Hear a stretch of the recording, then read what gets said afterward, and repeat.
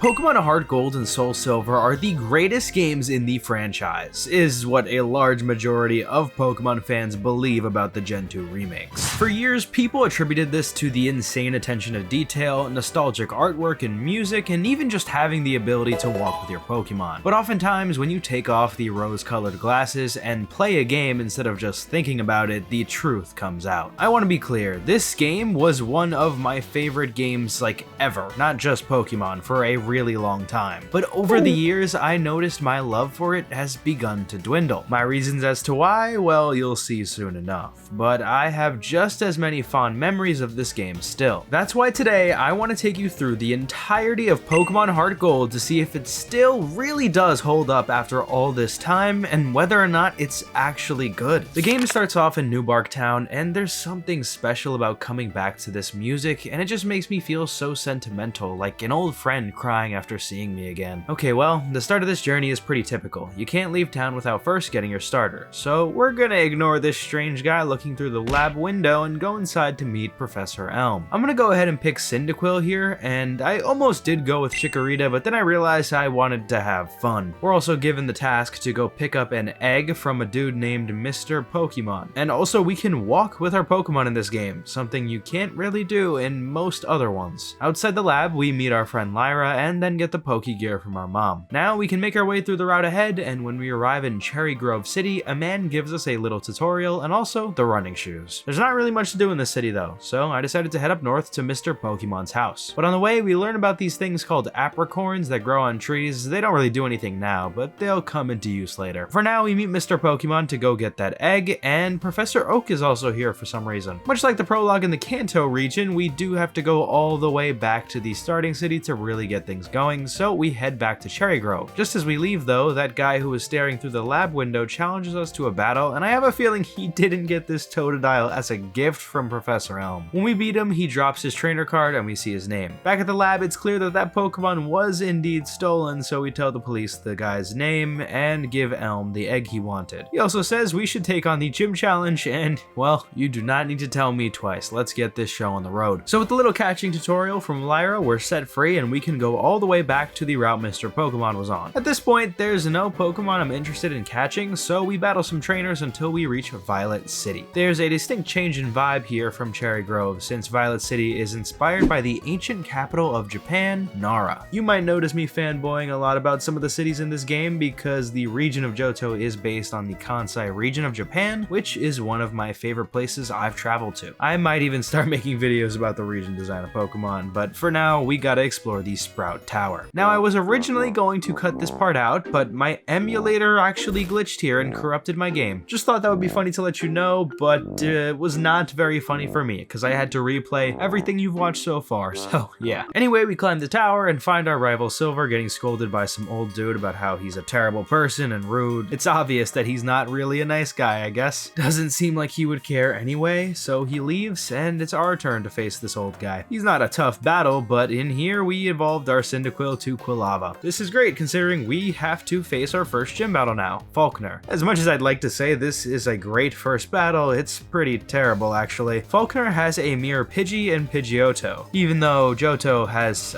plenty of other birds for him to use. I don't know. Regardless, Quilava took care of them, and we get our first badge. Falconer also suggests we head to Azalea Town next. To the left of Violet City, we find the ruins of Alph, and while there isn't really anything we can do here now, you can explore more later if you want. Also, if you have an event Arceus, which you definitely don't, you can trigger an event taking you to the Sinjo ruins. Yeah, safe to say that's never happening. Past the ruins, we're informed that we have a man waiting for us at the Pokemart in Violet City. Turns out Elm decided to just give us that egg we brought to him earlier after having a phone call with someone. As we leave the store, a girl in a kimono seems to greet us and tells us how important that egg is. Clearly we're in the middle of something we don't know all the details about. Alright, anyway, the route to Azalea is sorta long, and it's going to be dedicated to over-leveling the hell out of Quilava. Don't worry though, I have things in the works you couldn't even imagine. As we arrive to Azalea, we see a scuffle happening with a Team Rocket grunt, but hey, that's not really our problem, right? I want to go talk to this guy Kurt who makes Pokeballs with apricorns. Oh, well, I guess he won't help us until we do help the city with Team Rocket after all, and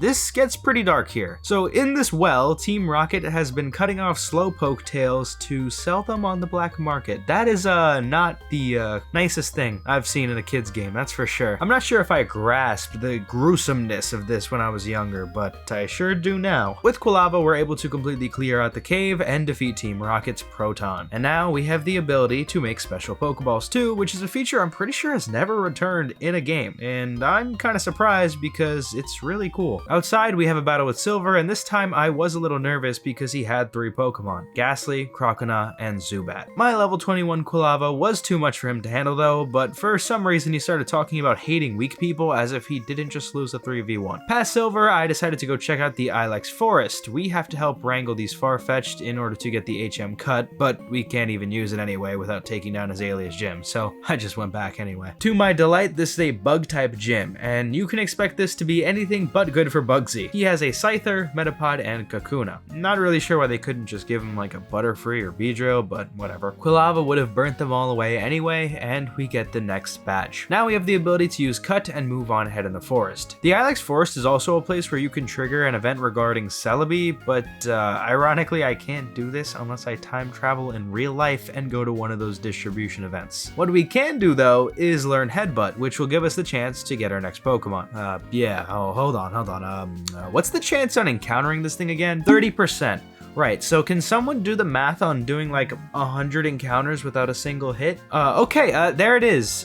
No, it's actually... So this was supposed to be our next party member, but we took so long finding what I'm looking for, we ended up getting Togepi first. So yeah, welcome to the team. And okay, finally, there he is, the literal 1 in 3 quadrillion chance Heracross. I'm not sure if something was wrong on my emulator, but that is actually insane that happened to me. I'll remind you, this is a 30% chance, right? There is no way I did like 100 attempts and I didn't get one for that long. I don't know. Well, anyway, we have to train our new guys up, and they are far from being where Quilava is. Luckily, right outside the Ilex Forest is the Pokemon daycare run by Lyra's grandparents. We won't be needing Togepi anytime soon, so I decided to put them in the daycare while we devote training to Heracross, who will be desperately needed very soon. Alright, time to head into the biggest city in Johto, Goldenrod. Inspired by Osaka, Japan, there are a ton of huge buildings with a lot of stuff for us to do. Trust me, we'll be coming back and forth from this place a lot. Right now, we gotta go to the radio tower to find the gym leader Whitney and tell her to get ready for our arrival. There's also this Team Rocket grunt here just standing outside it, ominously. Surely that won't come back to hurt us later. With Whitney back at the gym, we do some more training for Heracross, aka punching Drowsies for 20 minutes, and then we're ready to take her on. Whitney only has 2 Pokemon, Clefairy and Miltank. As normal types, Heracross's Brick Break will be able to one-shot Clefairy. However, Miltank, as expected, tried to put up a fight. Using Attract and stalling us for a while as she healed was pretty annoying, and somehow she was able to stop Heracross from destroying Miltank. But despite how long it was hanging on, we had a level 24 Quilava in the wings the whole time, so the deal was sealed. Whitney then forgets to give us the badge and just cries after losing, which I suppose is a normal thing for her. Well, there's our 3rd badge, and now we can technically be done in Goldenrod for now. I made sure to pick up this watering can at the flower shop before we left though, because we'll need it soon, and I want to save the trip back. Just past this route up ahead is the national park, and this, well, it just kind of speaks for itself, right? I think everyone who plays this game just has to take a moment to appreciate the vibe of this place, and even though there's not much of a story reason to wander around the park, you just want to. I mean, you even get the Soothe Bell here, so I think the developers knew the vibe they were going for. There's also this item on a cliff that we can't reach now, just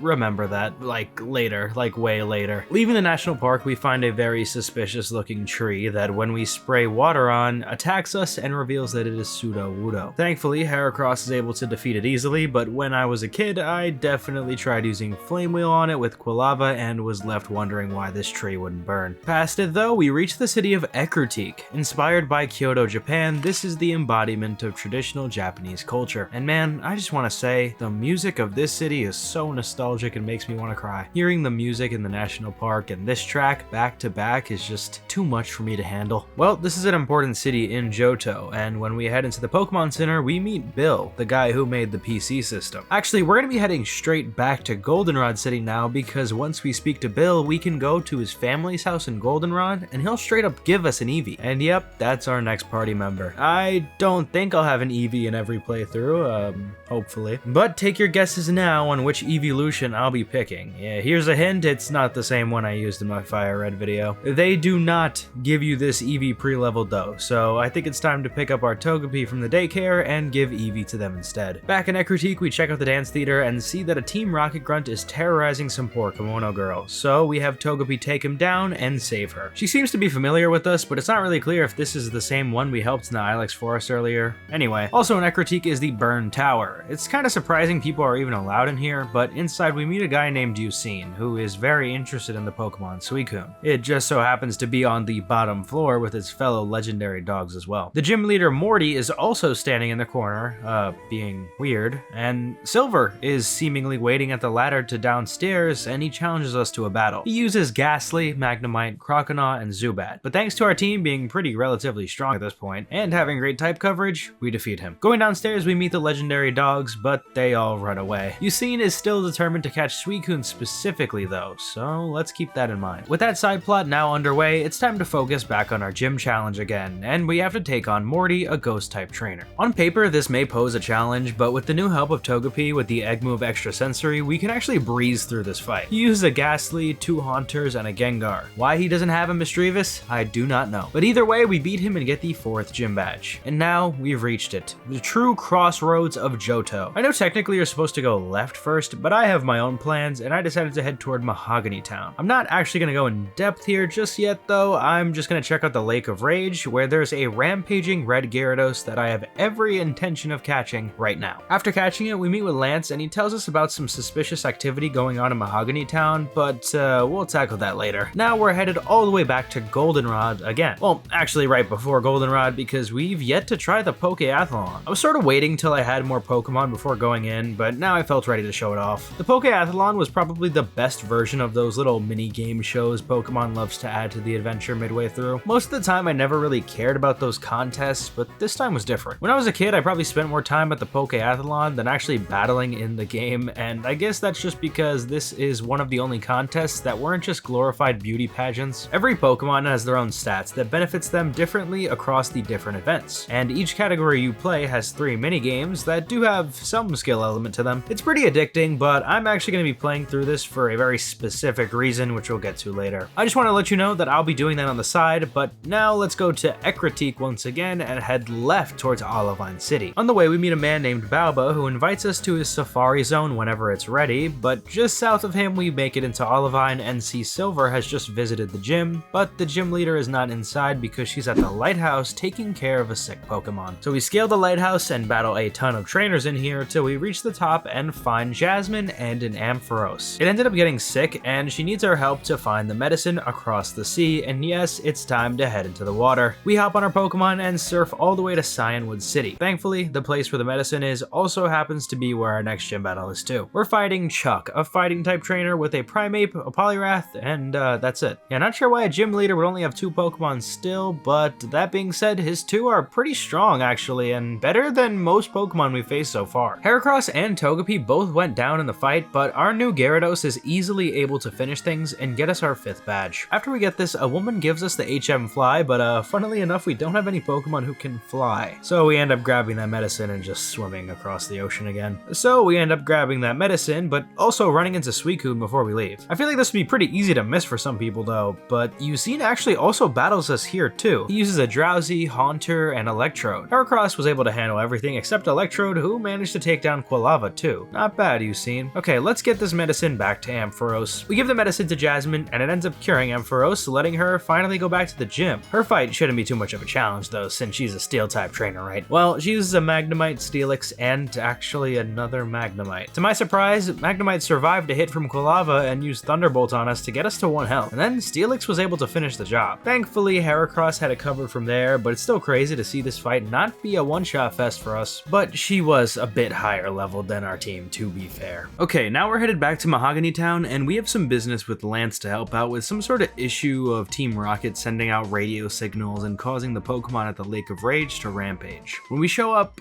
wait, what do you mean? Dragonite Hyper Beam. This is just some dude.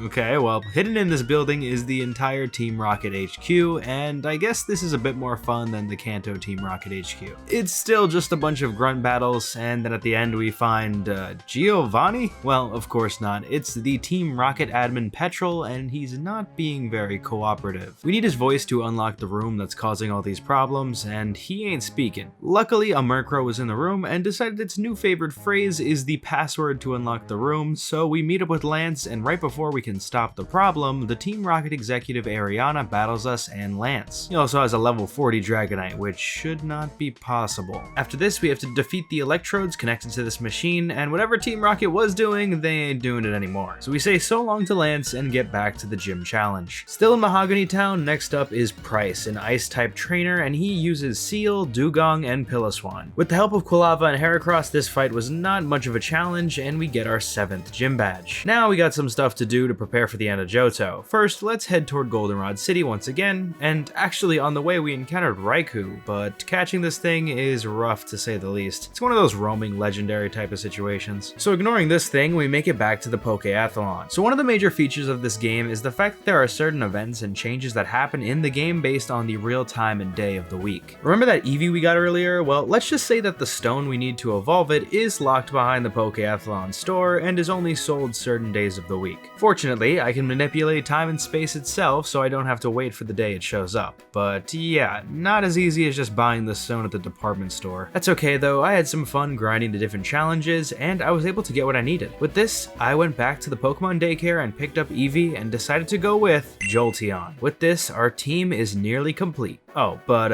if only this were the end. So you might notice Jolteon learns exactly 0 good special electric type moves until ever. No, seriously, the best electric type move it learns is Discharge at level 78. Before that, it gets access to Thunder at level 71, but let's be real, ain't nobody using Thunder with 70% accuracy, and also nobody's waiting to get to that level to use a usable move. As great as the physical special split was, this is one of those moments where they really did not think about how it would affect certain Pokemon. Also, I can just buy Thunder from the department store anyway, so. Instead, yeah, it's time. So as some of you may know, the Game Corner is a long lost part of Pokemon's history. In fact, this is the last time it ever really appeared in a game as a functional minigame. But this is no game, no, it is actually horrible and it will ruin your life if you ever decide to play it. In order to make Jolteon usable, we're gonna need to get Thunderbolt. This is a TM only accessible in Johto through the Game Corner for 10,000 coins. Historically, you could just go ahead and exchange Pokédollars for Game Corner currency and get it that way. But in some sick joke from Game Freak, they decided to not add the NPC that allows you to exchange currency in this release of the game. But this shouldn't be a big deal. I mean, it's a game. How bad could it be? Oh, how bad could it be? Voltorb Flip is literally the worst use of time in human history. If you ever played Sudoku, you know, like the game with a bunch of boxes and numbers, you know that there's always a way to deduce the correct answer. Now imagine that, but whenever you do figure out the right answer, there's like a decent chance that it's just wrong for no reason, and you have to accept that. This is called Voltorb Flip because you might as well be flipping a coin most of the time because this game is not skill-based. Strictly, logically speaking, this is not solvable. There is no calculator that can deduce the 100% correct answer based on just these numbers on the side every time. There is a specific calculator that can crack the puzzles once you put in very specific data regarding the game console, but that solver has nothing to do with the game itself. So fundamentally, this game was designed to be a mere game of luck, which by the way, gatekeeps some essential TMs that you need to make many Pokemon decent. But yeah, I guess it's better than just having some slot machine, right? That'll ruin the kids for life. And really, this could have just been fixed by having the exchange NPC.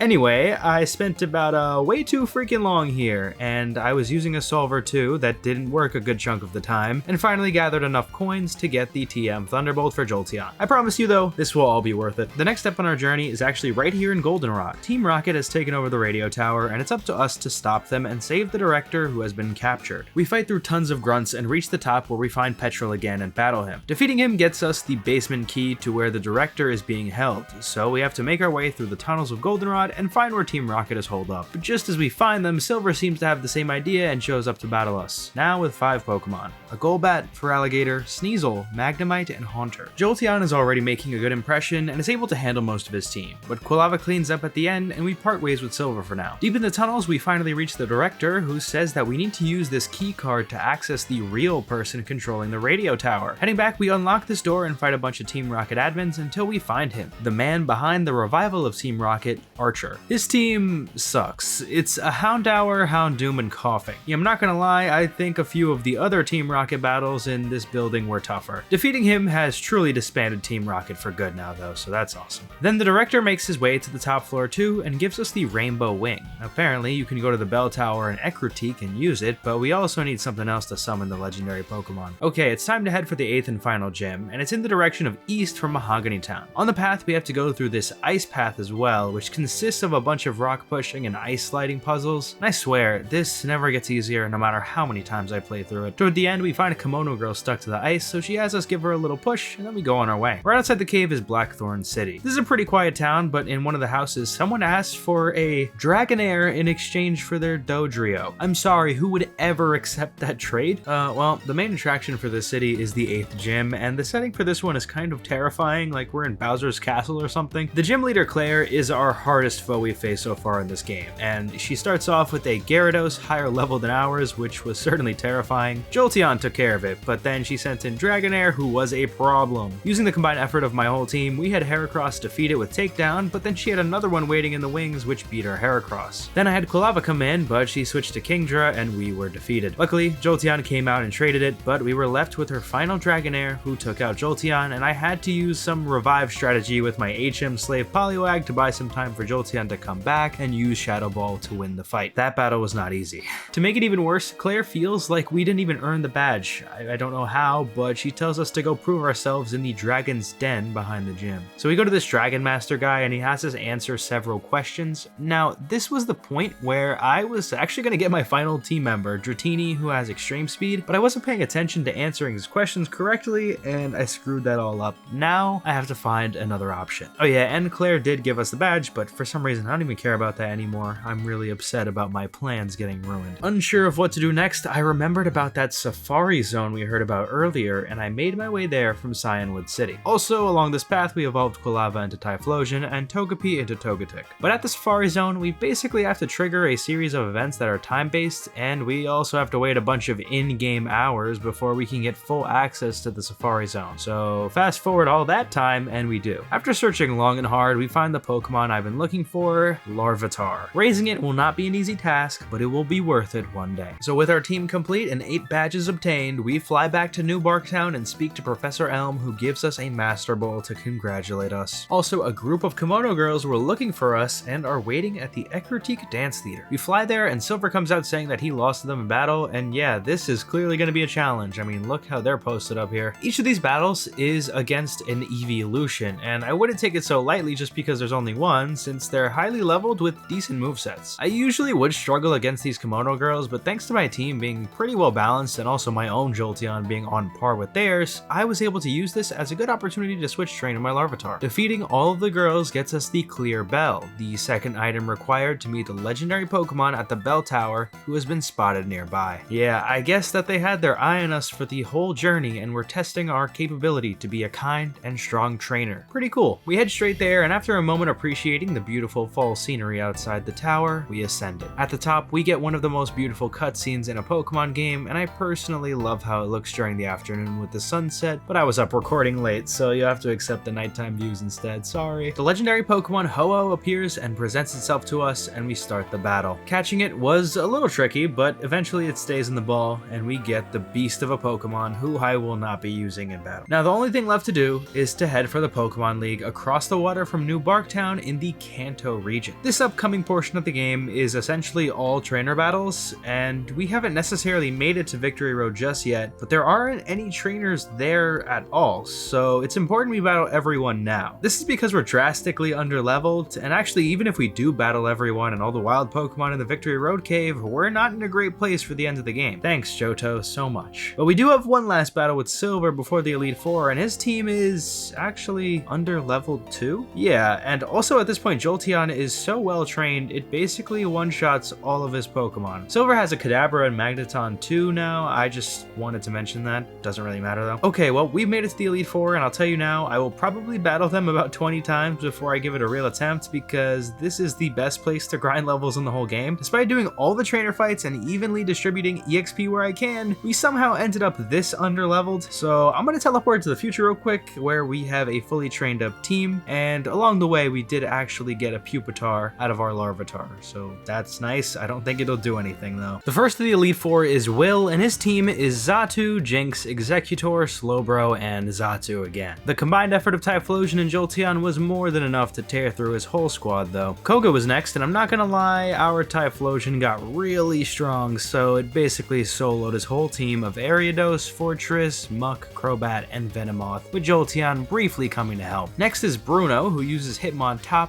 Onix, Hitmonchan, Machamp, and Hitmonlee. A lot of hitting on this team. On paper, we do have a lot of coverage for these fighting types, but his Pokemon do have really good moves to defend against those, so it was actually much easier to brute force this fight with Typhlosion's neutrality for the most part, except for Onix. Next up, Karen. She is an Umbreon, Murkrow, Houndoom, Vileplume, and Gengar. At first we had Heracross and Jolteon deal with her, but then from Houndoom and after, Gyarados was surprisingly helpful with its Water, Ice, and Dark type moves. And then finally the champion, Lance. He starts off the battle with Gyarados, but I was ready for this and had Jolteon use Thunderbolt, one-shotting it. Immediately after, he sends in Dragonite, but with the help of Gyarados it goes down to an Ice Fang. Lance then had an Aerodactyl, but I realized I needed to sacrifice someone to heal Gyarados again, and thanks to Togetic, that's what happened. So he was able to one-shot it. Then Lance had another Dragonite, so we made some more sacrifices. Pupitar and Heracross both fought the Dragonite till he randomly decided to switch out to Charizard, which made things a lot easier since we could one-shot him with Gyarados. But Lance sends back in the second Dragonite to take Gyarados out the fight. Then with Jolteon, we had to put our faith in its neutral Shadow Ball to whittle his remaining two Dragonites down. Thanks to some luck with a miss from him and a crit on our part, Jolteon was able to survive two full power Dragonites and win us the battle, making us the champion. Gotta say, for how much time that went into building up Jolteon into the Pokemon I wanted it to be, it was all worth it in the end. Also, why'd they gotta put Pupitar behind Gyarados like that in the Hall of Fame? That's messed up. Okay, we may have finished the Johto storyline, but this game is basically only half complete. We still gotta go through Kanto. But we won't be going the same way to Kanto as the Pokemon League. Instead, we fly to Olivine City where we meet with Professor Oak and get the National Dex. Then we hop on a ship to Vermilion City. On the ship, there's a lot of battling to do, but we mainly just try and find this little girl who got lost, and when we do, we arrive at Vermilion. Shockingly, Suicune is waiting outside the ship, and Yucine is here too. Guess we're gonna be chasing that thing all through Kanto as well, maybe, but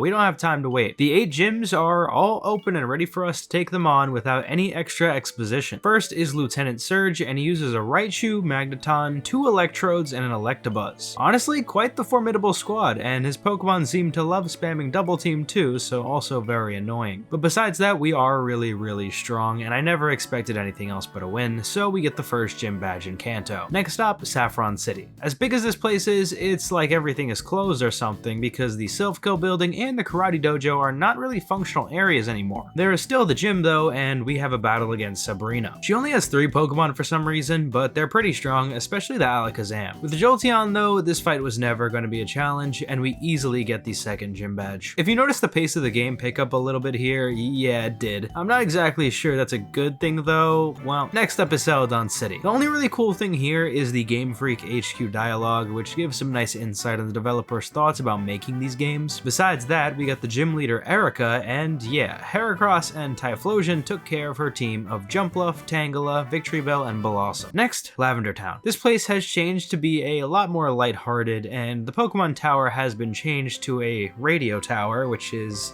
not even allowed to be accessed. The graves of all the Pokemon that were formerly resting there were moved to a separate underground graveyard. Oh, well, I guess all graveyards are underground, but you know what I mean. There's literally nothing for us to do here right now, so we head up north through the Rock Tunnel and surf to the Kanto Power Plant. This has been completely overhauled from Fire Red and Leaf Green, but there has been a part stolen from the plant by a Team Rocket Grunt, causing the facility to not be functional. So we go to Cerulean City and find that the very Team Rocket Grunt that stole it was at the gym, and he runs runs away. We find and battle him until he realizes that Team Rocket has been disbanded. Not sure what this guy's accent is supposed to be also, but he clearly is a foreigner, so that's kind of funny. Way down this route, we find the gym leader Misty on a date, and she seems upset that we interrupted her, but once she realizes we wanted to battle, she goes back to the gym. Also, at the Pokemon Center here, we find an NPC that says the magnet train between Kanto and Johto travels over 340 miles per hour, and honestly, that's just insane, but that very train is not going to be functional unless we get this power plant back and running, so we'll fix that soon. First, let's do the gym though. Misty uses a Golduck, Quagsire, Lapras, and Starmie. I thought this fight would be pretty simple with Jolteon, but I must have forgotten electric type moves don't work on Quagsire, so it was suddenly a lot harder. I just kind of revived it later on in the fight, but it was a little funny that I forgot about that typing. Now, I'm not gonna lie, I was really confused after this battle because we had to find that part that the grunt left behind, but I forgot what he said in the dialogue, so I wasted a lot of time looking around. But finally, I stumbled upon it in one of these tubes at the gym. Anyway, we fly back to the power plant and give the guy the machine part to have the power plant working again. The next city we're headed to is Fuchsia, but we should get access to the Pokeflute radio station real quick back in Lavender Town. It'll be useful a little later. The upcoming route was dozens of battles, but it helped us get quite strong. In Fuchsia City, I mean, there's nothing here. Like, there's no Safari Zone anymore or anything, but actually there is something called the POW Park. I can't use it though, and I don't know how to, and I don't know the purpose, so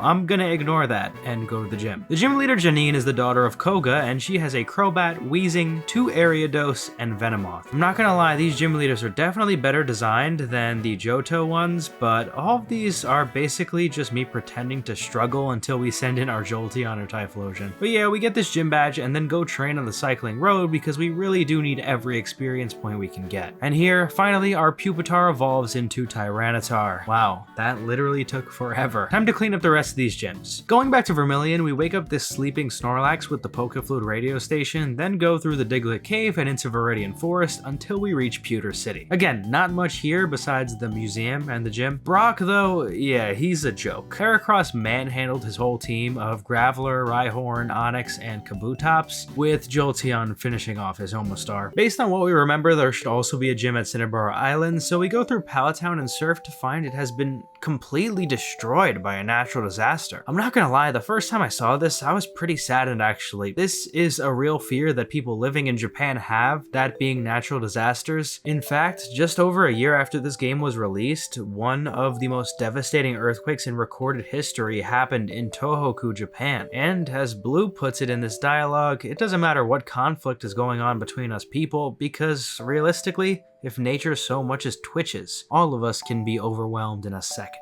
Well, Blue is also a gym leader, but we need to beat the 7th first. It's just that, it's not here, obviously. But after doing some searching, we find that the 7th gym has been moved to the Seafoam Islands. The gym leader Blaine uses fire types, a Magcargo, a Magmar, and a Rapidash. Yeah, not much for some reason. Well, with the help of Gyarados and our newly acquired Tyranitar, we defeated Blaine swiftly. Now, to take on that final gym in Viridian City. Blue's gym is pretty cool and a lot different than how Giovanni's was set up back in the day. And his team, well, he has a full squad of 6. Executor, Machamp, Arcanine, Rhydon, Gyarados, and Pidgeot. Blue is one of the only gym leaders, actually he is the only gym leader to not specialize in a single type of Pokemon, like in the whole franchise. I guess this kind of calls back to the fact that he was the first champion of Kanto. Gyarados was my pick to start off with, but after taking a Leaf Storm from Executor, I had Typhlosion take it down. Then Rhydon came out, and so I healed Gyarados, used Waterfall, and one-shot it. Machamp was next, so I had Heracross use Aerial Ace, but it was stronger than I thought, and Togetic also went down with it. Then I sent in Tyranitar to use Earthquake, and still Machamp nearly one-shot us again. So Typhlosion came in and used Flamethrower to beat it. Then Jolteon took care of the Gyarados, and we used our own Gyarados to beat his Arcanine. Finally, his Pidgeot came out, and Jolteon was able to Thunderbolt it for the win. Gotta say, Blue is definitely one of the most respectable gym leaders of all time. I'm not gonna lie though, our journey is seriously coming to a close, and before we rematch the Elite Four, I want to remind you of something I mentioned a long time ago. Way back in the National Park, there was a wall we couldn't scale without the HM rock climb. Well, we finally get that HM after getting the 8 badges, and now we can get the Shiny Stone. With this, our Togetic fully evolves into Togekiss. With our team complete and the 8 badges collected, we can rematch the Elite Four, and they have some insanely powerful new teams. Well, I mean, they're not that crazy, but at least they're more interesting to look at. I'm not gonna go painfully in depth on all of our battles because, well, I mean, we did fight them already, but I'll just tell you all their teams and the Pokemon they changed. Will made 3 changes. Bronzong instead of Xatu, Grumpig for Executor, and Gardevoir instead of his second Xatu, so definitely a lot better. Koga decided to get rid of Fortress, and instead he has a Skuntank, Toxicroak, and Swallow. Bruno still has the Hitmon evolution line, but now he has a Hariyama and a Lucario, and he decided to get rid of that Onix too, because I guess it's not really a fighting type, is it? Karen went ahead and got rid of the Vileplume and Gengar, and decided to go full dark type, now having a Weavile and an Absol and a Spiritomb a part of her team, also evolving her Murkrow into a Honchkrow. I think they really just wanted to make these teams have a lot more variety on them while still being more accurate to their typing. And then for Lance, his team has probably changed the most, because, you know, he had 3 Dragonites, so they weren't exactly creative here. This time he has a Salamence, Garchomp, Dragonite, Charizard, Altaria, and Gyarados. Yeah, I'm not gonna lie, his rematch team is pretty terrifying, but I think having 3 Dragonites might have been better. I'm not really sure, but yeah. And by the way, these fights were all very tough. Like, I know I've been downplaying the difficulty of this game at most times, but these rematches were truly made to be challenging, and well, we still have one major challenge left. But I want to talk about some other stuff and go catch some legendary Pokemon first. I know, we're all waiting for the moment, but bear with me. We gotta go catch that Suicune. I mean, we've been chasing it the whole game. Let's just do it, get it over with. Catching these legendary Pokemon are always a toss-up for me, and I tend to err on the side of getting really unlucky with these catch rates, and yeah. I had to use a lot of Pokeballs for this guy, but we ended up catching Suicune. Next, I figured it would be only right to go into the Cerulean Cave and pick up Mewtwo. There's nothing really much to this, there's no like story elements, I just really wanted to get it because Mewtwo is awesome. And then finally, for all the legendaries I'm going to be getting, even though there are more, these are just like the main ones. We're going to get Lugia, the other box legendary from SoulSilver. And to be honest, the whole reason why I played HeartGold instead of SoulSilver growing up is because I just thought Ho-Oh was cooler. I mean, if you just compare the lore and the visuals, I feel like Lugia just doesn't come close in how cool they are compared to Ho-Oh. Hey, I still wanted to catch it though, and yeah, it was actually the most annoying thing to catch ever. Like, it really would not stay in the ball, and it made me not even want to have done this in the first place, so you guys better be glad I did. Alright, let me stop holding back what we've all been waiting for. The final area of the game is Mount Silver. The actual mountain itself isn't anything crazy. I mean, the wild Pokemon are pretty strong, but we're kind of just rushing to the end because, well, one of the coolest fights of all time is here. When we make it to the summit of Mount Silver, we find him. With nothing else to say and our Pokemon doing the talking for us, we battle Pokemon Trainer Red. Oh my god.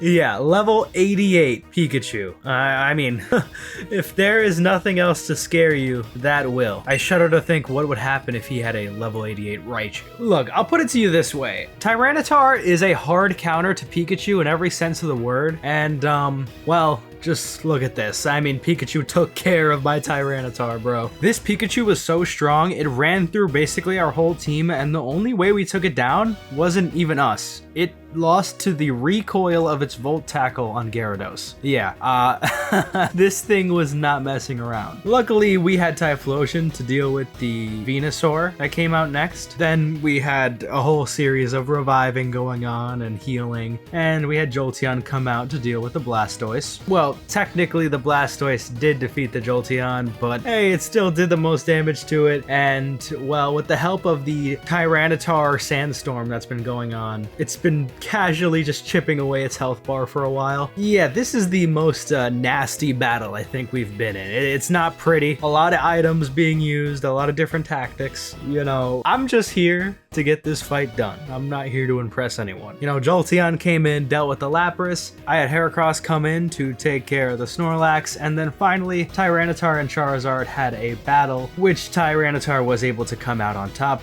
And yeah, we defeated Red, but did we really beat him, or did our items beat him? Yeah, well, whatever, we're the best trainer in the world, I guess. After finishing this monster of a game, I have many thoughts. First, let's just talk about the positives. I'm sure, like many many of you this game was, or maybe still is, your favorite Pokemon game, but have you ever thought about why? I'm sure you think of things like the music and the Pokemon walking with you, but is it really that simple? Probably not. When understanding nostalgia, I think it's important to look at everything around the thing you remember so fondly. First of all, even just getting the game in the first place was memorable. It wasn't what we would expect from a video game release typically, you know, a regular case or something. This was a box with a beautiful artwork, and it included a Pokewalker. This literal piece of new technology that allowed you to take Pokemon with you in the real world. So already we were off to a great start, that's for sure. Then when you got into the gameplay, you had all these new unique features we had never seen before in a Pokemon game. It might seem trivial now, but being able to walk and talk with your Pokemon was truly something that was special to us as kids. Then the game itself is very vibrant and saturated, especially contrasting with Sinnoh's whites and wintry colors. I distinctly remember playing this game after school and during the sunset in-game, and just being mesmerized with the landscapes and scenery. It was like taking a trip to Japan in the fall, and nature was just speaking to my soul. And I don't know that much about music theory, but when you hear this soundtrack, it's just so Japanesey, and it gives you that nostalgic feeling even when you hear it for the first time. It makes me think, like, how many of these fond memories actually have anything to do with the battling? And to that, yeah, I don't remember. When I was younger, I just put 4 fire type attacking moves on my Typhlosion and picked the one with the coolest names. I don't know. Yeah, as an adult though, I definitely had a great time in the large majority of the game. I'm not gonna lie, the game isn't hard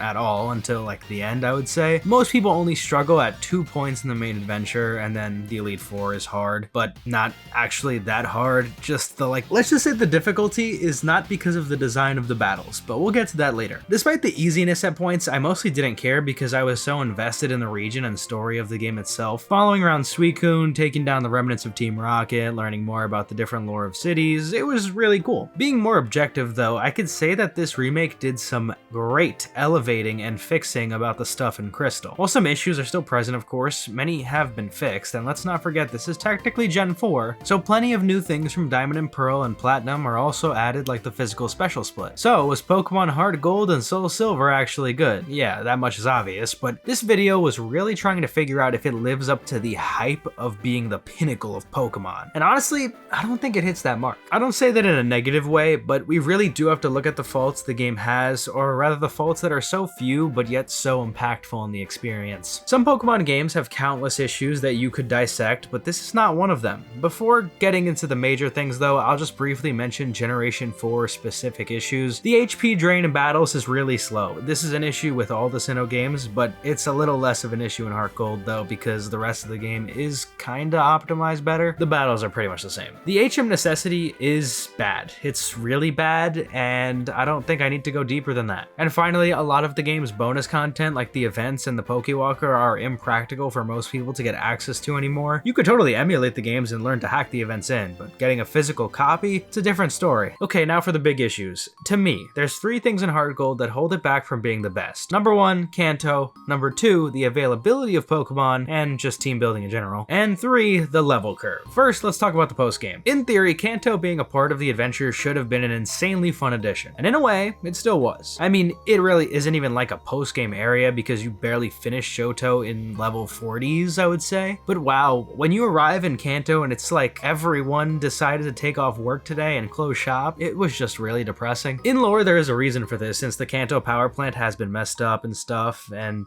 even after you fix it though, it doesn't really change a lot of the things that are available to do in Kanto. Silph Co is closed, the radio tower, can't go in there, Safari Zone, moved, Cinnabar Island, gone. I mean, I'm not saying it's completely dead. There are quite a lot of NPCs with funny or interesting dialogue, but there's some things that you just notice along the way in Kanto that were foundational parts of the originals that are just defunct now, which makes the region feel a little pointless sometimes. Every town, it seems like people are talking more about Johto than their own region. I'll say that the gym leaders are great, and they do carry the personality of Kanto, plus the teams are no joke in comparison to the Johto ones, but still, I didn't think this could save my impression of Kanto being one of disappointment. Now, the number 2 issue with these games, and it does have a bit to do with Kanto as well, the availability of the Johto native Pokemon, and also general team building. And I don't only mean for your team, but also the gym leaders. Throughout the journey, and this is very common with all of the Gen 4 games, you have a very similar team to the majority of other players if you play this game like most people do. Let's be honest, if you're a kid and playing this, and you see a shiny Gyarados Gyarados for free. You are using it. I mean, most kids didn't even know what a shiny was, so they thought this was just like a red, rare Gyarados. And yeah, it is pretty rare, but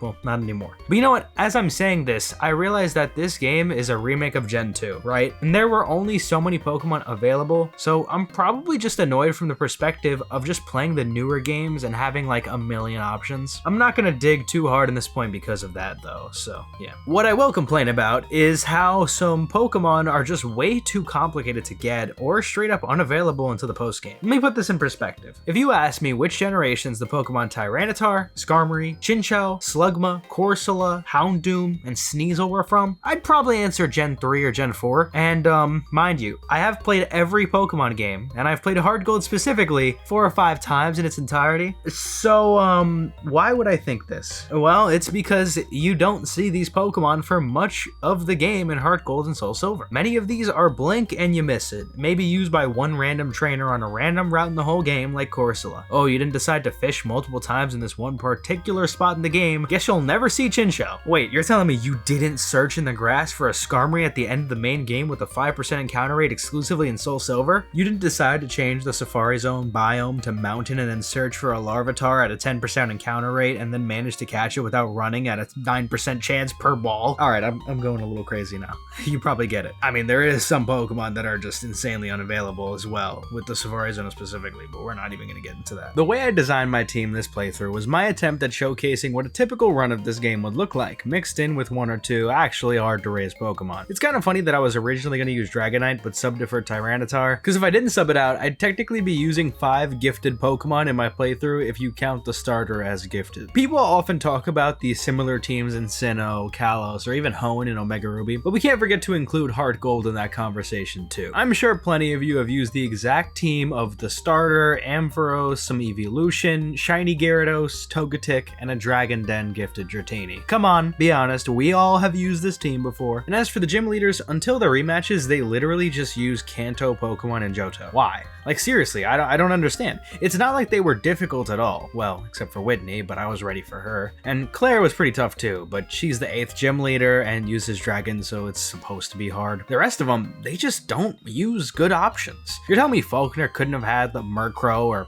Hoot Hoot, or at least just a damn Pidgey and a Pidgeotto, that's what he had, really? Bugsy couldn't have used a Yanma, no Misdreavus for Morty. But 2 Honors, yeah, that's fine. In general, the over-reliance on Gen 1 Pokemon in HeartGold was still holding it back from being great. There's no reason some Johto Pokemon should have been allowed to be locked off until Kanto to the point where it's not even worth raising them anymore. Speaking of which, the level curve. I don't care how many people say, oh, the level curve isn't that bad, just rematch the trainers and plan out your team and the level distribution. Okay, I did. I still had to face the Elite Four dozens of times before I was the bare minimum level to take them on for real. I understand that it's actually better to deal with this in HeartGold versus Crystal, but better than God Awful is still bad. Also, not for nothing, this is a kid's game. When I was a kid, and along with every other kid I knew at the time, we would never rematch trainers or anything. Dude, we barely read what was in the text boxes. You really think we're gonna go out of our way to rematch some grunts on a random route earlier in the game? Obviously not. Then going into Kanto, the level curve somehow gets worse. The trainers themselves are actually decently leveled, but then you go ahead and encounter some wild Pokemon and they're literally in the single-digit levels. Like, what is the point of this? I can't raise a Pokemon from level 5? Someone in the game design field, please tell me the purpose of this choice, because to me, this is just useless. So, what went wrong? And what could have saved this issue? A lot of people like to say that the weird level curve is attributed to the openness of the region, and like, maybe? But in all of my playthroughs, not once has the issue of the level curve appeared until the end of the main game and the end of the post game. But when it does show up, it really halts all your progress and takes hours to potentially catch up. So actually, I think the way you fix this may be beefing up the wild Pokemon and trainer battles right before the 8th gym in the Elite Four. Also, maybe put a single trainer in Victory Road instead of nothing at all? There's literally not a single trainer here. I'm not sure why, but there isn't. There is in every single other Pokemon game. They could have put some here and we would have been able to take on the Elite Four even still under leveled, but still would have been better. I hate to be the guy who's sitting watching the soccer game saying, oh bro, why don't they just kick it in the net? But seriously, just kick it in the net here. I was able to hack in a better level curve when I was 10 years old on an emulator. You tell me professional game designers couldn't use a little bit of their brain cells to figure out that this was not ready to be released? It really hurts me to hate on the devs for this game in particular. particular though, because it really is an example on how to put new content in a remake while keeping faithful to the original. I mean, the Pokeathlon, Safari Zone, Battle Frontier, the amazing sprite work on the Pokemon walking with you. There's just so much love put into this game, but not enough brain cells, maybe, I don't know. There's not really many other Pokemon games that offer this much in extra content, and that's something I really do want to emphasize. So with all my grievances on the table now, what do I really think about HeartGold and SoulSilver? These games were once my favorite games of all time. Seriously, it's true. And sometimes when you're young, you only see the magic in the things you consume. I may not have realized some of the biggest issues with these games, but after playing them over the years, I do now. Even so, there's a special feeling going through Johto, and you know, I think it's all the little things adding up. The music combined with the beautiful pixel art, the splash art we see when we enter different places, the little interactions you have with your Pokemon following you around, it's special, and something we probably won't ever see again in a Pokemon game. So for that, let's be grateful for what HeartGold and SoulSilver was, even if it wasn't the perfect game so many people remember it as. If you watched this far in the video,